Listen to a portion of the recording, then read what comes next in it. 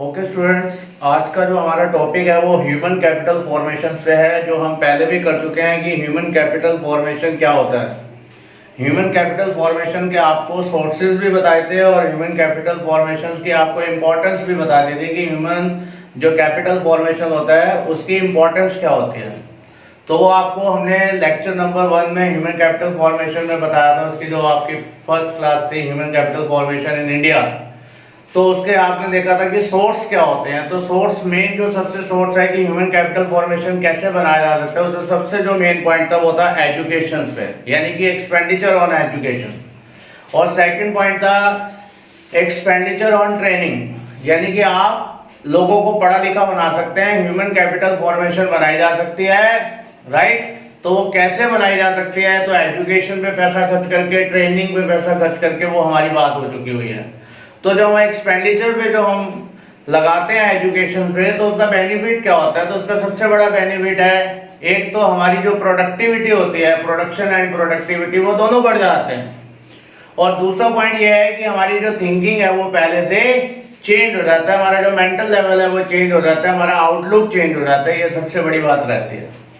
तो उन बातों को जब हमने किया था, तो उसके बाद ये भी इंडिया में रहता है कि प्रॉब्लम क्या है ह्यूमन कैपिटल फॉर्मेशन में। ह्यूमन कैपिटल फॉर्मेशन बनाते वक्त इंडिया में किस तरह की प्रॉब्लम आती है, what types of problem facing in India. तो उसमें जो सबसे बड़ी जो प्रॉब्लम सबसे पहले आती है, जो रिसोर्सेज हमारे यहाँ लिमिटेड है, यानी कि इनसफिशिएंट रिसोर्सेज।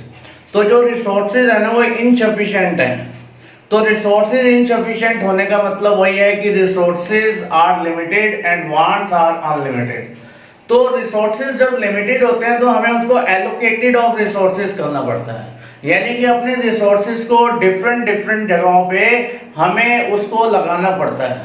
जैसे हम अपने घरों में देखते हैं कि हमारे पास जो पैसा होता है उसको हमने कहाँ कहाँ लगाना है, तो जो सबसे जरूरी होता है वो पैसा वहां पहले लगाया जाता है, उसके बाद फिर दूसरी जगह पे लगाया जाता है। तो इंडिया को भी सोचना पड़ता है कि मेडिकल पे कितना पैसा लगाया जाए, एजुकेशन पे कितना पैसा लगाया जाए, कैपिटल फॉर्मेशन पे कितना लगाया जाए, फूड मेकिंग पे कितना लगाया जाए पैसा।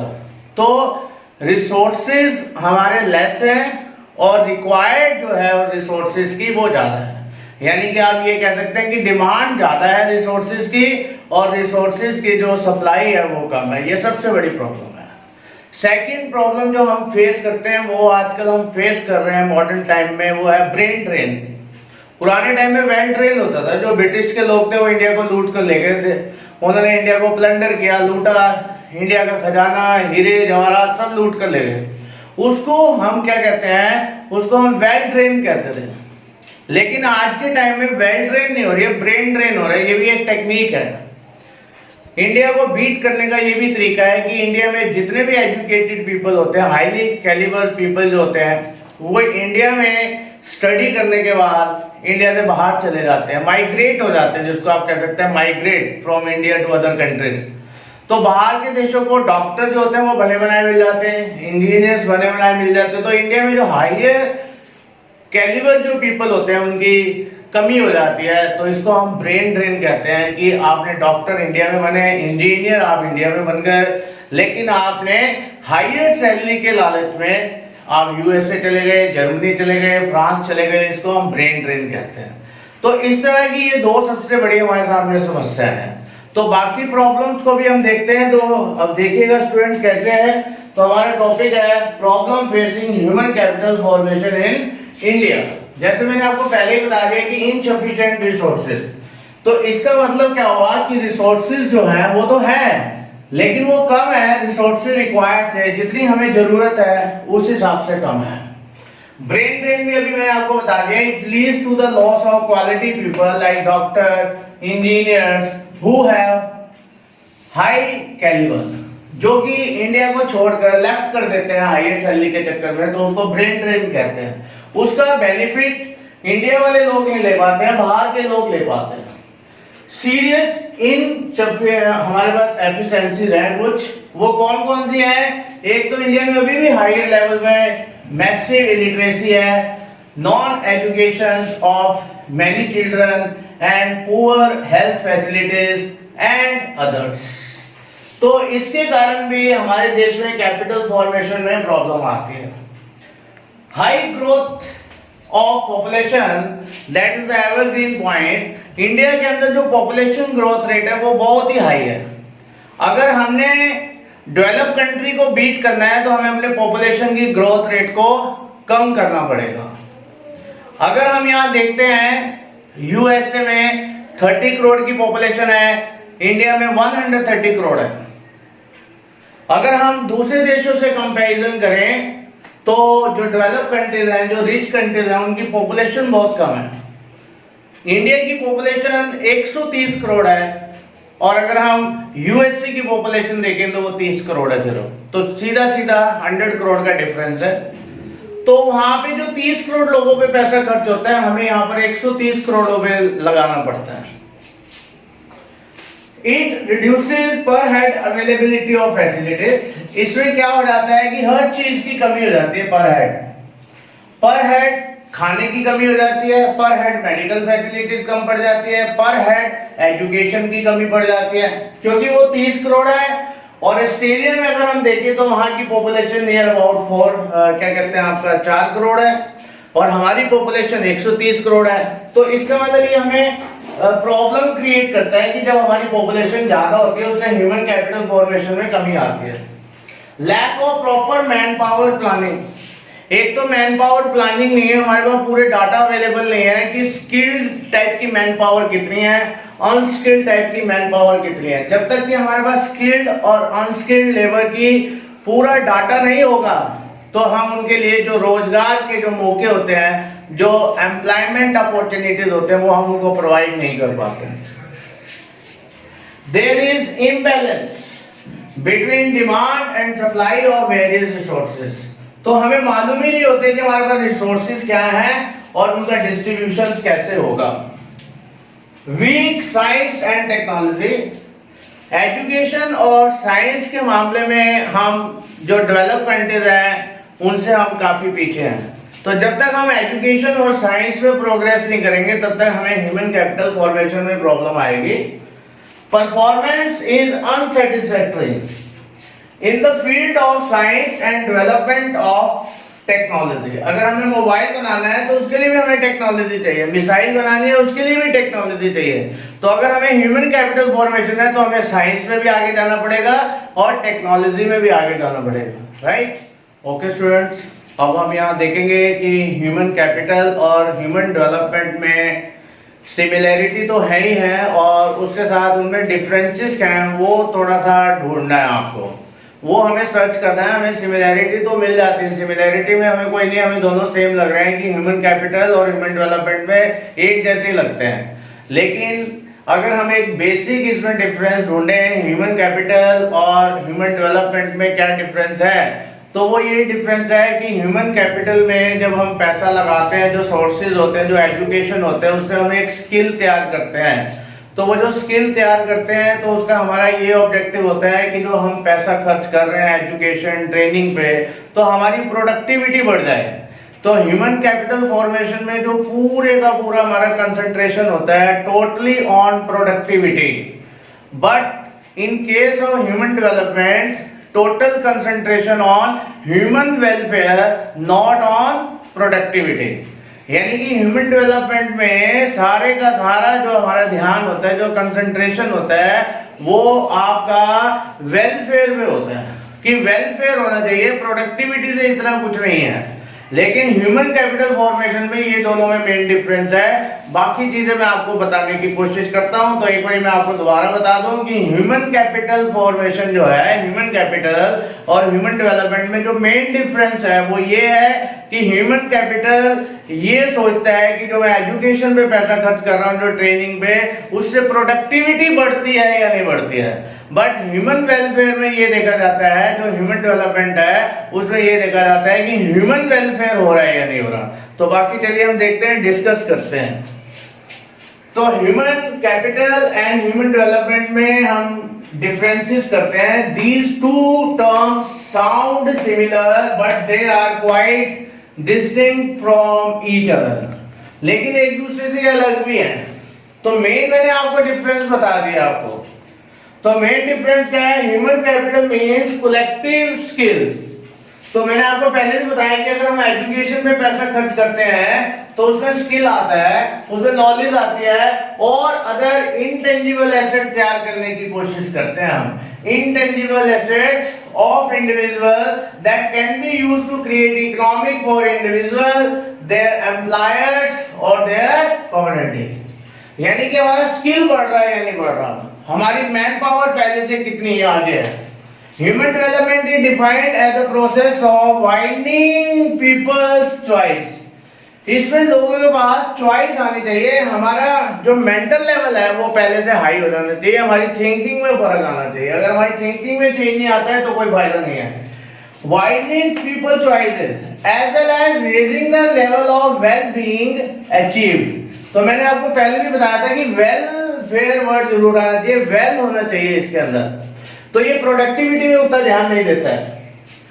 It regard education and health as a means to increase the labour productivity. तो सारी बात बार बार वही आ रही है, प्रोडक्टिविटी। ह्यूमन कैपिटल प्रोडक्टिविटी में ध्यान दे रहा है। वो कह रहा है कि बच्चों की एजुकेशन पे भी खर्च करो और उनकी हेल्थ पे भी खर्च करो और उससे भी प्रोडक्टिविटी बढ़नी चाहिए, चाहे वो आपका खेतों में हो चाहे वो फैक्ट्रीज में हो। In human development, education and health are regarded as a integral to well-being। ये well-being का पार्ट मानकर चलते हैं। It is only when people have the ability to read and write and the ability to lead a long and a healthy life। वो कहते हैं कि वो रीड भी कर सकता है, राइट भी कर सकता है और वो एक लंबी हेल्दी लाइफ भी जी सकता है, तो फिर वो क्या है? ह्यूमन डेवलपमेंट है। अगर आप खाली पढ़ लिख गए और आपकी हेल्थ सही नहीं है तो उसका भी कोई फायदा नहीं है। तो ह्यूमन डेवलपमेंट में आपकी हेल्थ भी होनी चाहिए, आपके पास एजुकेशन भी होना चाहिए। यहाँ पे आ रहा है ability to read and write. इसमें हम सिर्फ बात करते हैं, एजुकेशन की बात कर देते हैं, इसमें हम हेल्दी की बात कर रहे हैं। Will be able to make their choices that they value, जिसकी आप वैल्यू भी करें, आपके पास चॉइस ज्यादा होनी चाहिए। Human capital treats human being as a means to an end, the end being increase its productivity। Means end, means का मतलब होता है रिसोर्सेज और end का मतलब है कि जो आपकी वांट्स हैं वो पूरी हो रही है नहीं हो रही है। तो इसमें हम एक ही बात पे बार बार जोर दे रहे हैं कि भाई हमारी प्रोडक्टिविटी बढ़ रही है नहीं बढ़ रही है। जैसे हम किसी को पढ़ा लिखा देते हैं तो हम ये सोचते हैं कि इसकी बढ़िया सी नौकरी लग जाए, लाखों रुपए कमाने लग जाए, तो हम सोचते हैं वो ह्यूमन कैपिटल हो गया।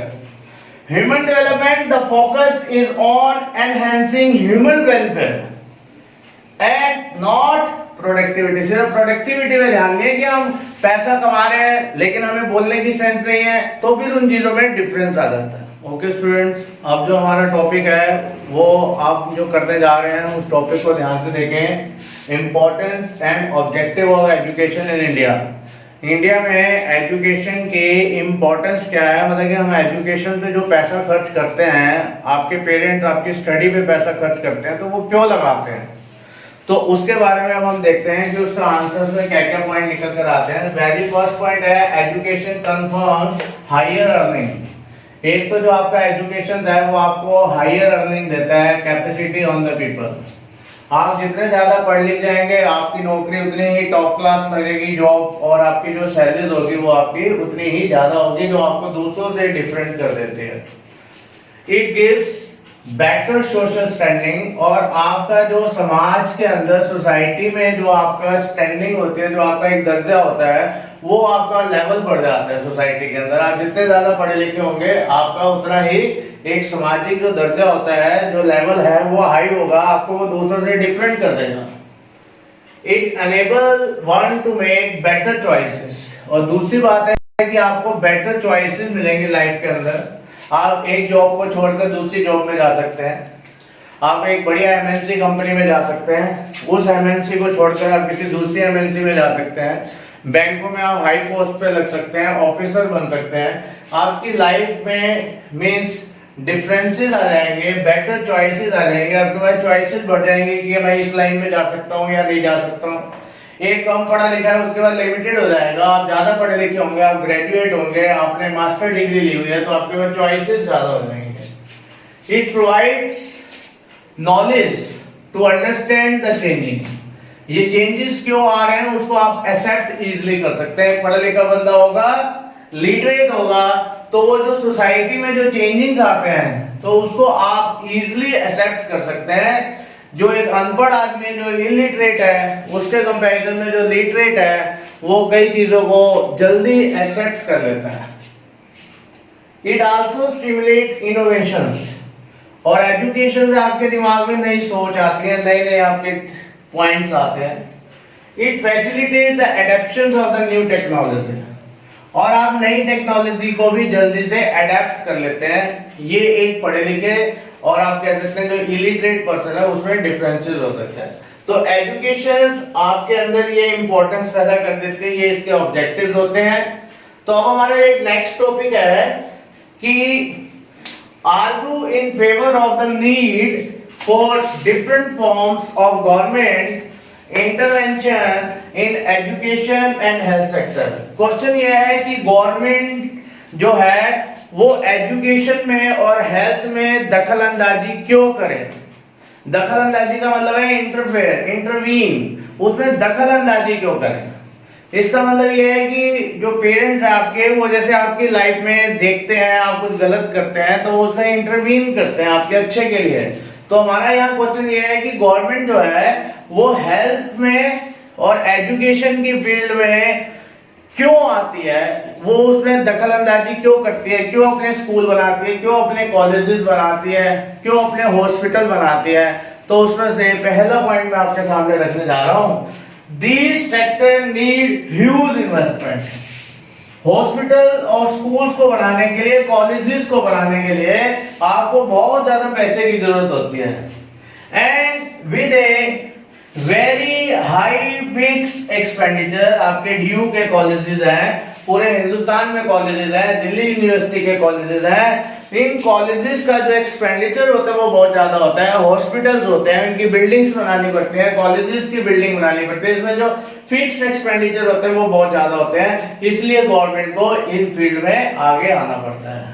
ठीक है, ओके स्टूडेंट। तो अब हम देख रहे थे कि गवर्नमेंट हेल्थ और एजुकेशन में क्यों इंटरवीन करे, गवर्नमेंट उसमें इंटरवीन क्यों करे, क्योंकि मैंने आपको बोला था कि एजुकेशन पे और हेल्थ पे जो फिक्स चार्जेस होते हैं वो बहुत ज्यादा होते हैं, उसमें बड़ी बड़ी बिल्डिंग्स बनानी पड़ती हैं, लैंड परचेज करनी पड़ती है, तो वहां पे परमानेंट एम्प्लॉइज का स्टाफ रखना पड़ता है, तो ये सरकार के ऊपर बहुत सारा खर्चा आ जाता है।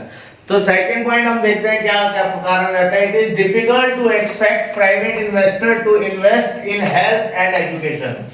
तो हम इसमें उम्मीद नहीं कर सकते हैं कि जो प्राइवेट है वो अपना हेल्थ और एजुकेशन में एक्सपेंडिचर लगाएं और वो नो प्रॉफिट नो लॉस पे काम करें या लो प्रॉफिट पे काम करें। तो वो इन फील्ड में आते हैं, स्कूल खोलते हैं, बड़े बड़े जो प्राइवेट बिजनेसमैन होते हैं, जो प्राइवेट बिजनेसमैन वो बड़े बड़े हॉस्पिटल बनाते हैं, वो तभी बनाते हैं जब उनको इन सर्विसेज के बहुत ज्यादा प्राइसेस मिलते हैं। आपने देखा होगा कि आपके एरिया में गवर्नमेंट स्कूल होते हैं, गवर्नमेंट कॉलेजेस होते हैं, गवर्नमेंट हॉस्पिटल होते हैं, वहाँ की फीस बहुत नॉमिनल होती है, जबकि जो प्राइवेट स्कूल है, जो प्राइवेट कॉलेजेस हैं, उनकी फीस बहुत ज्यादा होती है। तो वो इस फील्ड में तभी आएगा बिजनेसमैन जब उसको इन सर्विसेज के हाईएस्ट प्राइस मिलते हैं। तो यहाँ पे मैंने लिखा है unless they are allowed to recover their huge cost and high price of these services, और वो प्राइस ज्यादा लेना चाहते हैं।